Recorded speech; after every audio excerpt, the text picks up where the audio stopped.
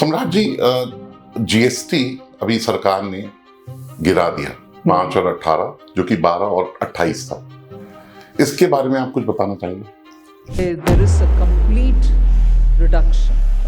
reduction from 18 or from 12 to 5%. Sir कई सारे rates थे पहले जीएसटी में। अब जीएसटी 2.0 करके आ गया है, जिसमें अब सिर्फ 2 ही रेट्स। सम्राट जी, बॉम्बे से as per the data that we have, Bombay से, मुंबई से 90,000 business families who are in the above average league rank, वो माइग्रेट कर गई यूएई, दुबई। ओके, दुबई जो है वो एक अपकमिंग हब है बिजनेस का। वहाँ बिजनेस नॉर्म्स थोड़े से ईज है। सब पॉपुलेशन एक बहुत बड़ा पिवटल रोल प्ले करता है हमारी कंट्री को, जो अब विश्व गुरु बन रही है, जो अब हमारी country 4th economy, largest economy बन रही है। तो उसको थोड़ा सा पिछले कई सालों में खींचा है हमारी पॉपुलेशन ने। सर, जो ट्रम्प ने टैरिफ्स लगाए, इससे नुकसान तो बहुत हो गया इंडिया को। नुकसान तो हो रहा है सर, नुकसान हो रहा है।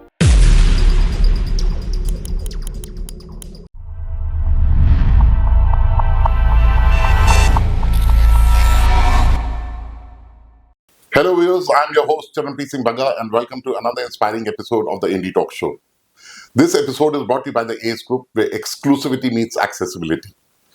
आज हमारे बीच में है श्री सम्राट चंद्र जी। सम्राट Chandra ji is a renowned chartered accountant of the city. Welcome to the show, सम्राट। Thank you चरण जी, thank you for having me on the show. सम्राट जी, वो कौन सा एक मिथ है जो आप आज बस करेंगे सीए के बारे में? सर, एक मिथ ये बहुत पुराना चला आ रहा है कि सीए में पास परसेंटेज बहुत कम है या बहुत टफ है सीए। देखिए, आप इस प्रोफेशन में अगर आपको आना है और आप अच्छे से पढ़ाई कर रहे हैं, अपनी ट्रेनिंग जो सीए के अंदर ट्रेनिंग होती है 2.5 साल 3 साल की, वो बहुत अच्छे से कर रहे हैं, तो it is very easy to crack और आप अपने प्रोफेशन में बहुत एक्सेल कर सकते हैं। ट्रेनिंग बहुत जरूरी है सर। सीए और सीएस, चार्टर्ड अकाउंटेंट और कंपनी सेक्रेटरी, इसमें क्या फर्क है? सर, कंपनी सेक्रेटरी जो होता है वो बेसिकली कंपनी मैटर्स को देखता है, कंपनी लॉ की कंप्लायंसेस देखता है, कंपनी कैसे वर्क करे, डे टू डे बिजनेस कैसे हो, बोर्ड मीटिंग्स कैसे हो, बोर्ड को कैसे रिपोर्ट करना है, क्या कंप्लायंसेस जा रही है, क्या सेबी को रिपोर्ट होना है। कंपनी सेक्रेटरी का एक बहुत थोड़ा सा कहेंगे लिमिटेड वर्क है towards the private limited companies और लिमिटेड कंपनीज। चार्टर्ड अकाउंटेंट्स का स्कोप थोड़ा ज्यादा बड़ा है। चार्टर्ड अकाउंटेंट्स के पास ही पावर है ऑडिट करने की। कंपनी सेक्रेटरी भी ऑडिट करते हैं, but that is only limited to secretarial audit. Company law के अंदर सेक्रेटेरियल ऑडिट होता है, बट फाइनेंशियल ऑडिट की पावर सिर्फ एक चार्टर्ड अकाउंटेंट के पास है। मिनिएचर और 1 लीटर की बोतल, ये फर्क समझ। हाँ। सर, ये एग्जाम्पल मैं नहीं कहूंगा कि मिनिएचर और 1 लीटर की बोतल, बट हाँ, दोनों के स्कोप अलग हैं, दोनों की इम्पोर्टेंस अपनी अपनी जगह बहुत है। सम्राट जी, जीएसटी अभी सरकार ने गिरा दिया 5 और 18, जो कि 12 और 28 था। इसके बारे में आप कुछ बताना चाहेंगे? सर, कई सारे रेट्स थे पहले जीएसटी में। अब जीएसटी 2.0 करके आ गया है, जिसमें अब सिर्फ 2 ही रेट्स हैं और एक सिन टैक्स है, यानी जिसमें लग्जरी गुड्स पे है वो 40% का रेट है। पहले 5%, 12%, 18%, 28% प्लस कई चीजों पे सेस भी लगता था, तो कई सारे रेट्स होते थे। गवर्नमेंट ने कंप्लायंसेस को ईज करने के लिए क्लासिफिकेशन में बहुत डिफिकल्टीज आती थी कि क्लासिफाई कौन सा गुड्स कहाँ क्लासिफाई होगा, कौन सी सर्विस किस हेड में जाएगी, उन सबको सिंप्लीफाई करने के लिए और इकोनॉमी को बूस्ट करने के लिए भी, आम जनता को राहत देने के लिए भी रेट्स भी कम कर दिए हैं और 2 ही रेट्स अब रखे। ये आम जनता को, सम्राट जी, राहत तब मिलती है जब कोई इलेक्शन आने वाला होता है कि ये गवर्नमेंट की पाइपलाइन में था कि हम ऐसा करेंगे? सर, ये एक बहुत पुरानी मांग थी कि रेट्स कम होने चाहिए और ये बहुत पुरानी मांग थी भी कई फोरम्स पे और कई उस पे बिजनेस हाउसेस की कि रेट्स को और कंप्लायंस को सिंप्लीफाई करें। इसका हाँ जरूर बिहार इलेक्शंस या और कमिंग इलेक्शंस का एक ट्रिगरिंग पॉइंट हो सकता है। ये भी हो सकता है कि जिस तरीके से यूएस सैंक्शंस इम्पोज कर रहा है उससे इंडस्ट्री को और एमएसएमई सेक्टर को बचाने के लिए, उसको थोड़ा सा अपलिफ्ट करने के लिए ये रेट्स कम किए गए, बट ये नीड ऑफ द आवर था सर।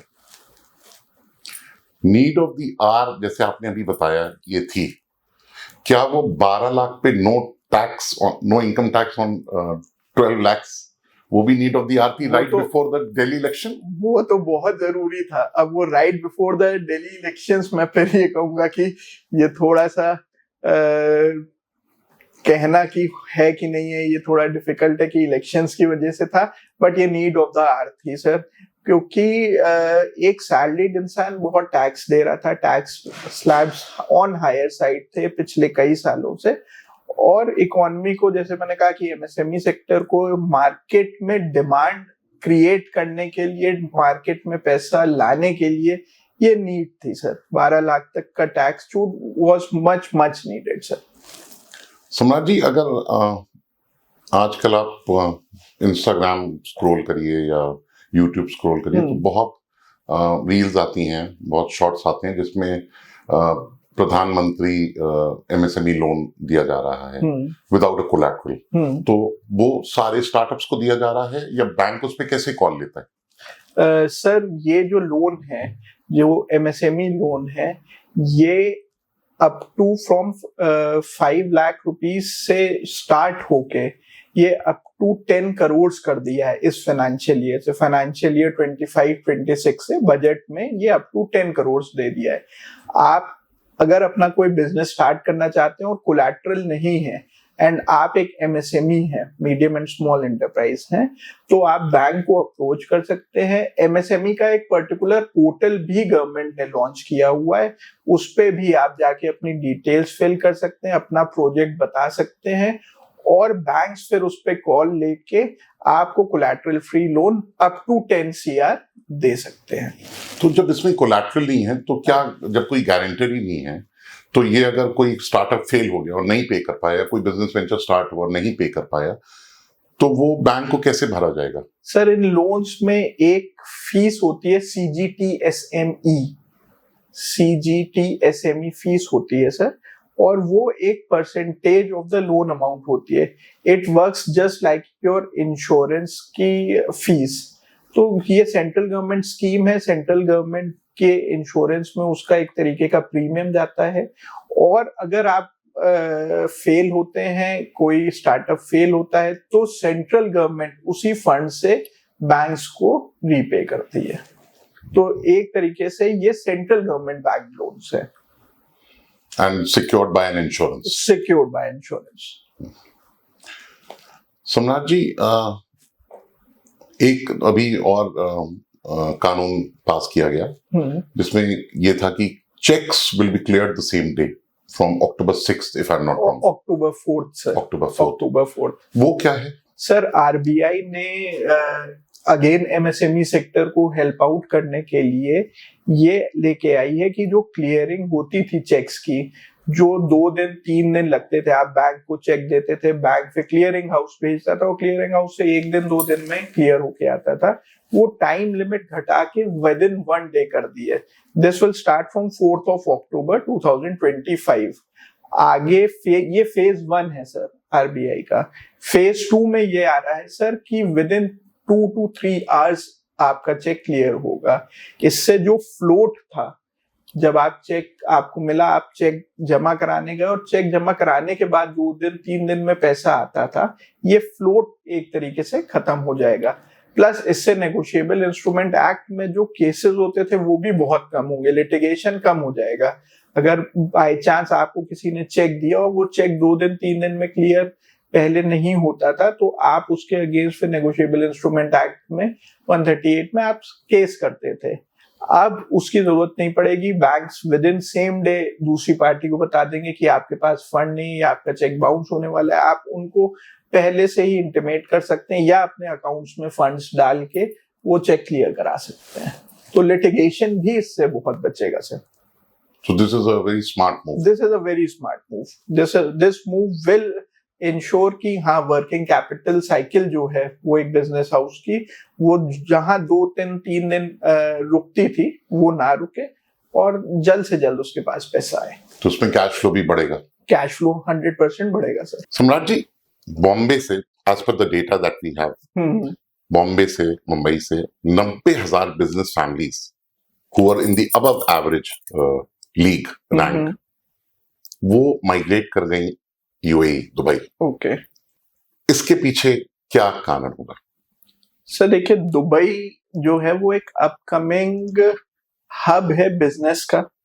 वहाँ बिजनेस नॉर्म्स थोड़े से ईज है, वहाँ पे कंपनी बनाना, कंपनी वर्क करना थोड़ा सा आसान है, टैक्सेस कम है, प्लस वहाँ एक सबसे बड़ा फायदा सर ये है कि वहाँ से ऑल ओवर द वर्ल्ड लोग आ रहे हैं और बस रहे हैं। तो आपको एक इंटरनेशनल, आपको एक कंट्री में जाके आप सिर्फ वहां पे दुबई के नहीं रह गए, आपको वहां पे लंदन के भी लोग मिल रहे हैं, आपको वहां यूएस के भी लोग मिल रहे हैं, आपको वहां नॉर्थ साउथ कोरिया के भी, नॉर्थ कोरिया के भी, हर जगह के लोग, चाइनीज मिल रहे हैं, ऑस्ट्रेलियंस मिल रहे हैं, सब वहां पे बिजनेस कर रहे हैं, सब वहां पे काम कर रहे हैं, सब अच्छे से टैक्सेस दे रहे हैं। एक आपको एक ही जगह रह के डिफरेंट लोगों से मिलना हो रहा है, इसलिए लोग प्रेफर कर रहे हैं। और वहां पे बीइंग एक बिजनेस कंट्री, एक टूरिस्ट डेस्टिनेशन, एक कम वैट पेड कंपनी कंट्री जहाँ पे बहुत इनडायरेक्ट टैक्सेस नहीं है, तो वहां पे थोड़ा चीजें सस्ती हैं, थोड़ा अच्छा है, इसलिए लोग मूव कर रहे हैं। बट हाँ, आप ज्यादातर फैमिलीज को देखेंगे, बिजनेसेस वो अभी भी अपने इंडिया में रन कर रहे हैं for better life, for better experiences वो मूव कर रहे हैं। ये तो आपका कहना सही है कि for better life and for better health they are moving. मैं पीछे जब गया था किसी काम के लिए तो I was there for like 12 days। Okay, तो मैंने 12 दिन की बीपी की दवाई नहीं खाई और खा ही नहीं, और मुझे रियलाइज भी नहीं हुआ मुझे खानी चाहिए थी। It was very important, I missed it, I couldn't carry it. और एक बस वो आलस था कि मेडिकल स्टोर तक, फार्मेसी तक जाके ली नहीं। सो ऐसे लगता है इंडिया ही है, but just a better version in the sense की क्लीनर एयर एंड क्लीनर। बिल्कुल सब, पॉपुलेशन एक बहुत बड़ा रोल, पिवटल रोल प्ले करता है हमारी कंट्री को, जो अब विश्व गुरु बन रही है, जो अब हमारी country fourth economy, largest economy बन रही है, तो उसको थोड़ा सा पीछे पिछले कई सालों में खींचा है हमारी पॉपुलेशन ने सर। जो पॉपुलेशन वहां पे नहीं है, जो फैसिलिटीज और जो चीजें वहां पे अवेलेबल हो जा रही हैं, वो एक कारण है कि लोग उधर मूव कर रहे हैं और उधर अभी अच्छे फॉर बेटरमेंट है। बट हाँ, इंडिया भी आगे अच्छा सर कर रहा है, बहुत सारे कंट्री से लोग अब इंडिया आना चाहते हैं, इंडिया बिजनेस स्टार्ट करना चाहते हैं, इंडिया में भी बिजनेस एनवायरनमेंट बहुत अच्छा होता जा रहा है सर। आप यूपी में देखिए, यूपी में इन्वेस्ट यूपी कितना अच्छा कर रहा है, इन्वेस्ट यूपी के कितने अच्छे प्रोजेक्ट्स आ रहे हैं। कल ही मैंने पेपर में पढ़ा था, या आज के ही पेपर में मैंने मॉर्निंग में पढ़ा था कि अब इन्वेस्टर फ्रेंडली इनिशिएटिव्स में एक उद्योग मित्र करके एक स्कीम लॉन्च कर रही है, जिसमें कई सारे ऑफिसर्स अपॉइंट कर रहे हैं। सिंगल विंडो क्लियरेंस सिस्टम की, घर बैठे आपको विद इन फ्यू आवर्स आपको इंडस्ट्री को मिल जाएगा ओपनिंग के लिए लाइसेंसेस, जो रिक्वायर्ड लाइसेंसेस है। तो इंडिया में भी ईज ऑफ डूइंग बिजनेस धीरे धीरे आ रहा है और यूपी इस मामले में बहुत अच्छा कर रहा है sir. Thanks to our honourable chief minister ji, Yogi ji. मुझे लगता है जो इन्होंने क्राइम का सफाया किया उससे एक बहुत मेजर इम्पैक्ट सर, एक इससे बहुत इन्वेस्टर को हिम्मत मिलती है कि हाँ, जिस स्टेट में वो अपनी इंडस्ट्री लगाने जा रहा है वहाँ लॉ एंड ऑर्डर बहुत अच्छा है, और लॉ एंड ऑर्डर अच्छे होने की वजह से यूपी में हमारे पास ample amount of man power है, अवेलेबल है, जिसको हम यूटिलाइज कर सकते हैं। हमारा ये एक ऐसा स्टेट है जहाँ पे मिनरल्स और रिजर्व्स भी बहुत अच्छे हैं। तो और लैंड बैंक बहुत है हमारे यहाँ पे, वाटर सिस्टम्स बहुत अच्छे हैं हमारे यहाँ, कितनी नदियां हैं। तो हम लोग एक ज्योग्राफिकली बहुत ही अच्छा स्टेट है, और योगी जी ने उसको बहुत अच्छे से चैनलाइज किया है। One product one district programme और इस तरीके की चीजें, इन्वेस्ट यूपी का जितना उन्होंने अच्छा किया है और इन्वेस्टमेंट लाने की कोशिश की है, वो कमेंडेबल है। सम्राट जी, एक स्कीम अभी पीछे शुरू की थी गवर्नमेंट ने, कुछ टाइम हो गया, फीमेल चाइल्ड पे सुकन्या सुकन्या समृद्धि योजना। ये क्या है सम्राट जी? सही है, अभी भी स्कीम चल रही है सुकन्या समृद्धि योजना। इसमें अगर आप एक गर्ल चाइल्ड के पेरेंट हैं, तो आप जब गर्ल चाइल्ड की पैदा होती है, तब आप उसका एक सुकन्या समृद्धि योजना का अकाउंट खुलवा सकते हैं। जितना पैसे आप इन्वेस्ट करेंगे, उतना ही गवर्नमेंट इन्वेस्ट करेगी उसमें।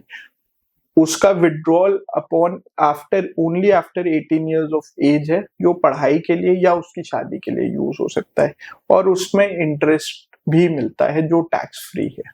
तो मतलब अगर आपने ड्यूरिंग द सपोज कर लीजिए 10 साल के टेन्योर में आपने 10 लाख रुपए लगाए, तो गवर्नमेंट भी 10 लाख लगाएगी? जी, गवर्नमेंट भी 10 लाख लगाएगी, और आपको पूरे पे 20 लाख रुपए पे ब्याज मिलता रहेगा, जो भी accumulated balance होता रहता है। तो this is to promote this is to promote girl child, this is to promote their education, this is to promote their future, this is to for कि मैरिज के समय जो खर्चे होते हैं वो मीट आउट हो सके, लड़की की शादी के समय जो खर्चे हैं, उसकी पढ़ाई पे जो बेसिकली खर्चा है वो मीट आउट हो सके, उसका फ्यूचर सिक्योर हो सके। So this is irrespective of any family, any business it is irrespective of any family, any business income, but girl child होनी चाहिए, 2 बच्चों से ज्यादा नहीं होने चाहिए। सम्राट जी, मैं एक शॉर्ट या रील देख रहा था, मुझे ध्यान नहीं, इंस्टाग्राम था या यूट्यूब था, उसमें एक कंटेंट क्रिएटर बताता है कि अगर आपके पास कैश है और आप उसको यूटिलाइज करना चाहते हैं, तो कैश तो ना आप अकाउंट में, सेविंग अकाउंट या क्रेडिट कार्ड कहीं पे आप डिपॉजिट नहीं कर सकते, गोल्ड आप ले नहीं सकते, यू गेट ट्रैक्ड। आप चांदी के बर्तन ले सकते हैं, इस पे आप कुछ बताना चाहेंगे? सर देखिए, चाहे आप कैश बैंक में डिपॉजिट करें, चाहे आप उससे गोल्ड खरीदें, कुछ इसमें लिमिट्स हैं। जैसे कि अगर आप कैश बैंक में अपने सेविंग बैंक में डिपॉजिट करते हैं and 10 lakh and above in year deposit करते हैं, तो एक नोटिफिकेशन गवर्नमेंट के पास, इनकम टैक्स डिपार्टमेंट के पास पहुंचता है, और वो उसका सोर्स पूछ सकता है, उसमें नोटिस इशू करके आपसे सोर्स पूछ सकता है।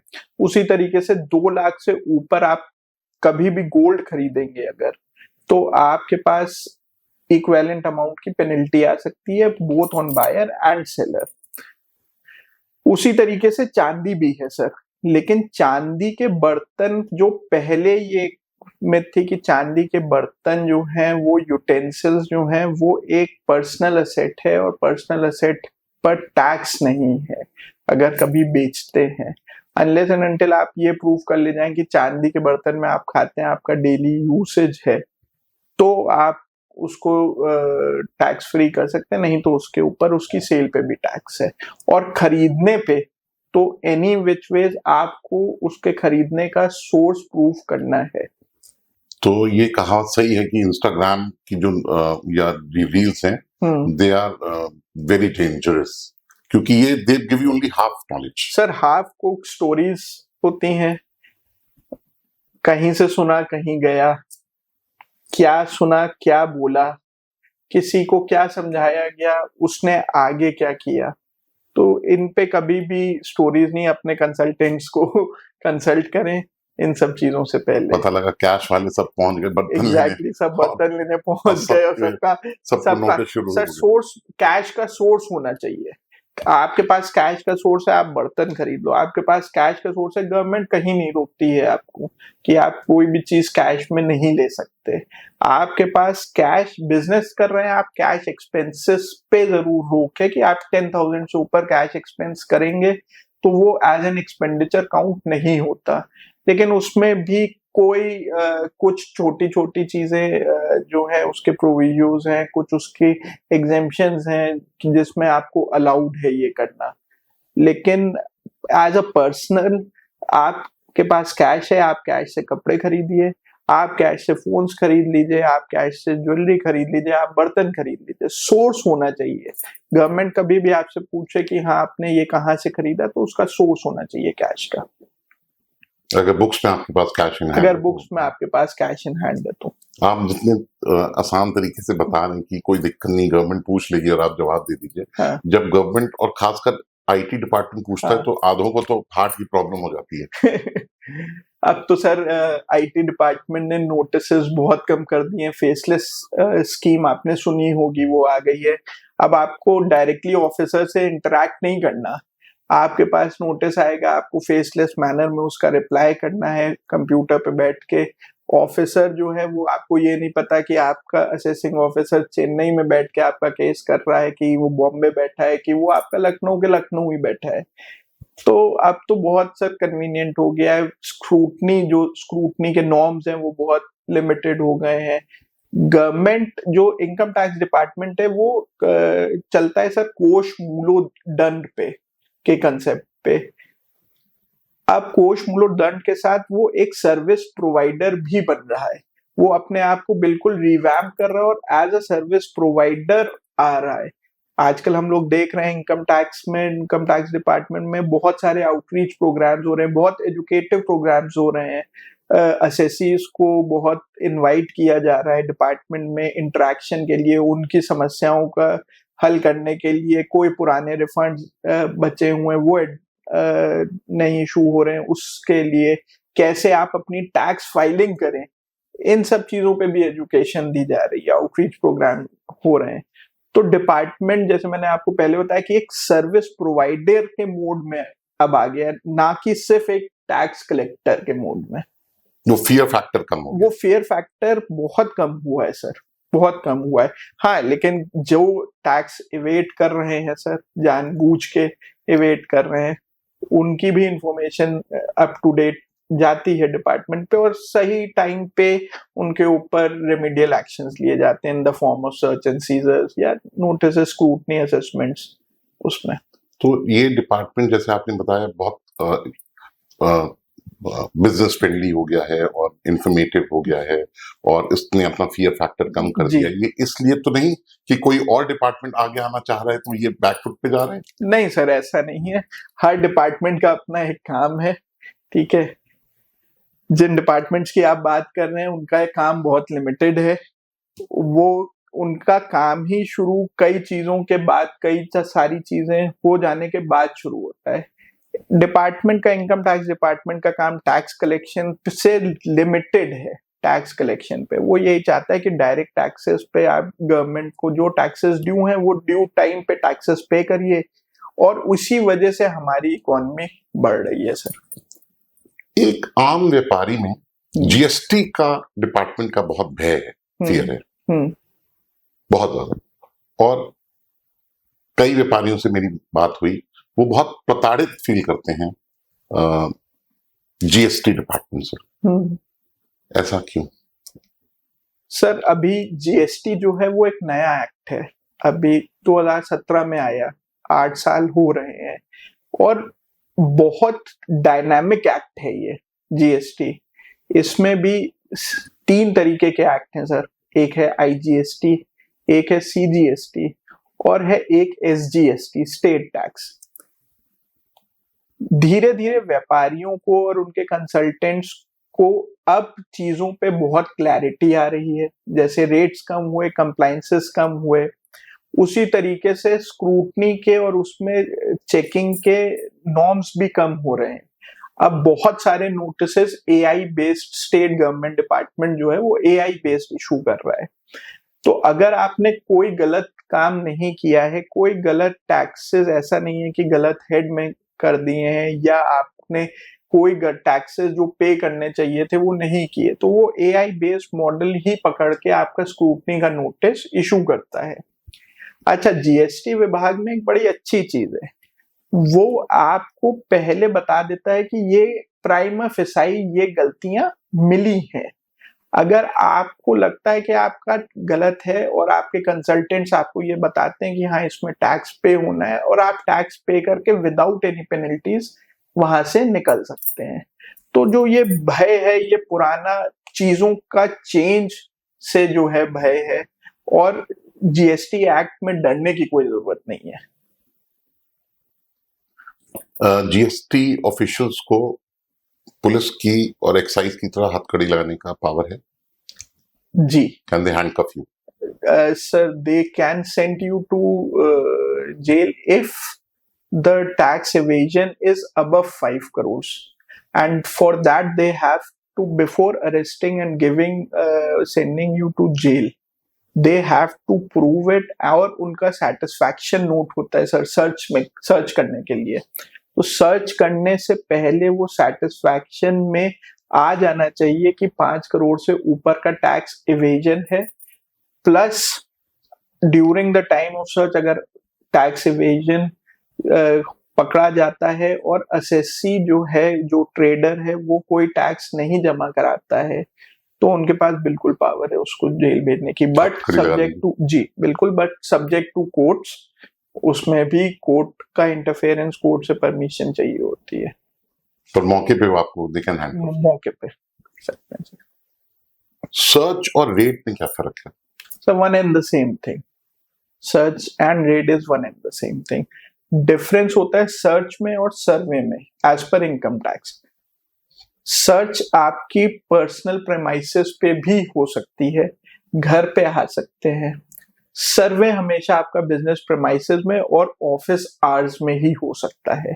तो जो आपका ऑफिस खुलने का समय, अगर आपके ऑफिस या शॉप खुलने का समय 10 बजे है, तो सर्वे आपका 10 बजे के बाद ही हो सकता है। अगर उस दिन वीकेंड की छुट्टी है, वीकडे की छुट्टी है, तो आपका उस दिन सर्वे नहीं होगा।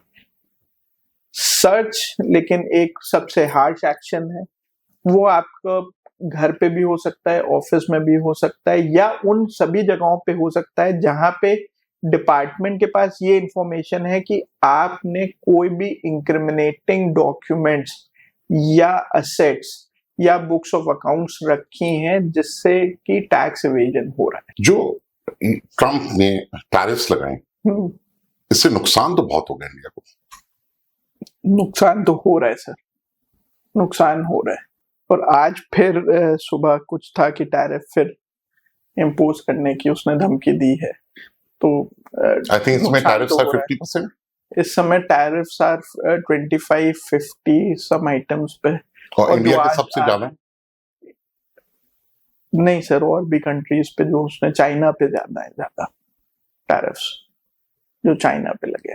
पर इंडिया का तो बहुत नुकसान हो रहा होगा। कोई आपका माल क्यों लेगा आप, और आप बेच के आपको मार्जिन ही खत्म हो गए आपके। सर बिल्कुल बिल्कुल। Do you think it will bring the economy on a back foot? Economy back foot पे तो आएगी सर, एक्सपोर्ट्स बिल्कुल हैम्पर होंगे, बट क्यों ट्रम्प ऐसा कर रहे हैं ये एक बहुत सोचने वाली चीज है, क्योंकि टैरिफ लगा के उनकी इकोनॉमी में भी जो है वो चीजें एक्सपेंसिव होंगी उनके लिए भी, तो वो टैरिफ लगा के क्या उनको फायदा मिल रहा है ये गॉड नोस। मे भी उनके सलाहकार ठीक ना हो, मैं नहीं कह सकता सर इस पे। He's a unique personality. He's a unique personality. एक ऐसी एडवाइस आप बताएंगे जो आपने किसी कॉर्पोरेट हाउस को दी हो और वो उनको बहुत फायदा कर गई हो?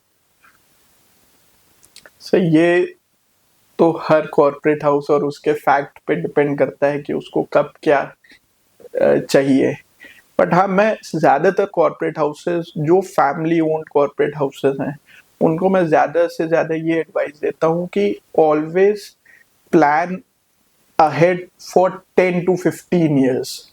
आप अगले 10 या 15 साल का होराइजन लेके चलिए।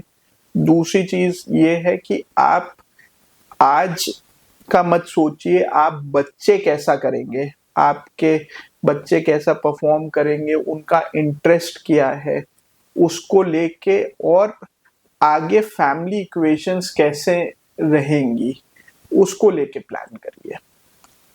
सम्राट जी, आपने कोई भी पॉलिसी ली और 7 साल के बाद आपने अगर उसे विड्रॉ कर लिया या वो मैच्योर हो गई तो वो टैक्स फ्री हो जाती है?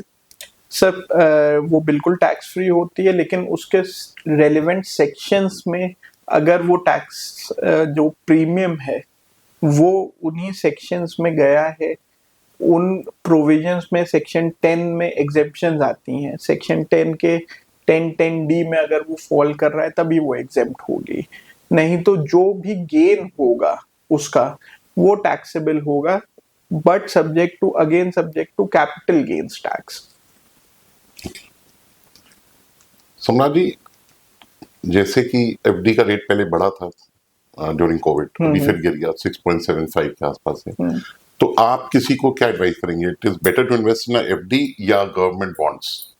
Sir any date is up from choosing between FD या गवर्नमेंट बॉन्ड्स, तो आप एफडी में जाइए, because both government bonds and FD का इंटरेस्ट आर टैक्सेबल, तो उसमें दोनों में से आप कुछ भी चूज कर सकते हैं। गवर्नमेंट बॉन्ड्स भी सेफ हैं, एफडीज तो सेफ नहीं है। बहुत लोग सजेस्ट करते हैं कि एफडी में पैसा लगाना इज अ क्राइम। आजकल की जो जनरेशन है वो कहते हैं कि आप म्यूचुअल फंड में लगाइए। सर वो बिल्कुल इसलिए कहती हैं क्योंकि जो म्यूचुअल फंड का ट्रैक रिकॉर्ड है, वो ट्रैक रिकॉर्ड के हिसाब से म्यूचुअल फंड्स कहीं पे भी अगर आप 5 साल 10 साल का होराइजन 15 साल का होराइजन लेके चल रहे हैं तो मिनिमम 12 से 15% 18% ले रहा है, adjusting for inflation and taxes also, वो आपको एफडी के रिटर्न से एनी डे ज्यादा रिटर्न देता है म्यूचुअल फंड, सब्जेक्ट टू कि मार्केट अच्छे चले, सब्जेक्ट टू रिस्क्स जो है सही आपने फंड्स चूज किए हुए हैं। पीछे मैन्युफैक्चरिंग फंड आए थे कई कंपनियों के, डिफेंस फंड्स भी आए थे, मैन्युफैक्चरिंग फंड में लोगों ने कुछ 40% के आसपास कमाए नहीं है, मगर अभी आते परफॉर्मिंग द सेम या नीचे गिर गए? सर वो डिपेंड करता है, लेकिन हाँ मैन्युफैक्चरिंग फंड्स आज भी अच्छा कर रहे हैं क्योंकि गवर्नमेंट की मैन्युफैक्चरिंग पॉलिसीज बहुत अच्छी हैं, एमएसएमई को लेके गवर्नमेंट बहुत पॉजिटिव है। आप खुद ही देख रहे हैं जैसे स्टेट गवर्नमेंट बहुत मैन्युफैक्चरिंग को प्रमोट कर रही है, डिफरेंट कंट्री में डिफरेंट स्टेट्स जो हैं वो अपनी अच्छी मैन्युफैक्चरिंग पॉलिसीज लाए हुए हैं, मैन्युफैक्चरिंग के लिए इंसेंटिव बहुत है, मेक इन इंडिया का एक बहुत अच्छा वो आ रहा है, क्या कहते हैं उसे, एक सपोर्ट आ रहा है गवर्नमेंट की तरफ से, एक आउटपुट बहुत अच्छा आ रहा है, तो मेक इन इंडिया की और इन सब मैन्युफैक्चरिंग पॉलिसीज की वजह से एक बहुत ही अच्छे फंड्स हैं। सम्राट जी, क्या ऐसी भी कोई स्कीम है कि कोई मुखबरी करता है किसी के खिलाफ, इंफॉर्मेशन प्रोवाइड करता है डिपार्टमेंट को, तो उसकी इंफॉर्मेशन के बिहाफ पे जो रेड होती है उस रेड अमाउंट का 10% उसको मिलता है? Is it so? Sir information disclosure scheme है कि अगर आप इंफॉर्मेंट हैं और आप ऐसा इन्फॉर्म कर रहे हैं कि कोई अपना टैक्स एवेड कर रहा है और पोस्ट सर्च उसमें टैक्स कलेक्ट भी होते हैं, आपकी इंफॉर्मेशन सही पाई जाती है, तो बिल्कुल इस तरीके की स्कीम है, बोथ फॉर इनकम भी, कि अगर कोई इनकम टैक्सेस एवेड कर रहा है या कोई बेनामी प्रॉपर्टी रखा हुआ है तो इसके रूल्स हैं, इसकी स्कीम बनी हुई है और आपको इनकम टैक्स डिपार्टमेंट लीगली जो है वो एज इन्फॉर्मेंट जो है वो रेम्यूनरेट करता है। So that's a wrap of this inspiring episode of the Indie Talk Show. Thank you for joining us, Samrat ji. Thank you, Chiranjeev. Please make sure to like, share, subscribe and hit the bell icon so that you don't miss any episode of the Indie Talk Show. Thank you.